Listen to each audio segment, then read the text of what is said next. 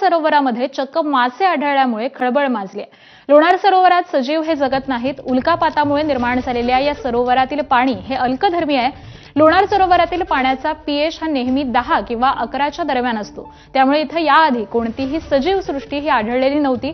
त्यामुळे आता लोणारमध्ये हे मासे आले कुठून, हे मासे इथे जगले कसे, असे सवाल उपस्थित झालेत। गेल्या काही दिवसांपासून या परिसरामध्ये अतिवृष्टी सुरू आहे। तसंच लोणार शहराचं सांडपाणी हे लोणार सरोवरामध्ये सोडण्याचे गंभीर प्रकार हे उघडकीस आलेत आणि त्यामुळे सरोवराची जैवविविधता धोक्यात आलेली होती। आता हे मासे आढळल्यामुळे पुन्हा एकदा खळबळ माजली आहे।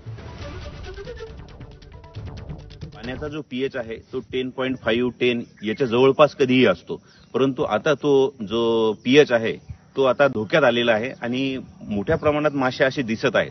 या पाण्यात पूर्वी कोणताही जीव राहत नव्हता, असं याचा गुणधर्म होता। हा गुणधर्मही धोक्यात आलेला आहे। त्याचप्रमाणे जे पुरातन मंदिरं आहेत ते मंदिरही धोक्यात आलेले आहेत।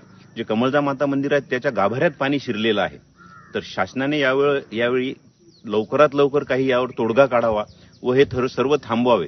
हे जर थांबलं नाही तर लोणार सरोवराचं अस्तित्व ते बऱ्याच प्रमाणे धोक्यात आलेलं आहे। आणखी धोक्यात येऊ नये अशी सर्वांची मागणी आहे। या बातम्यांसह या बुलेटिनमध्ये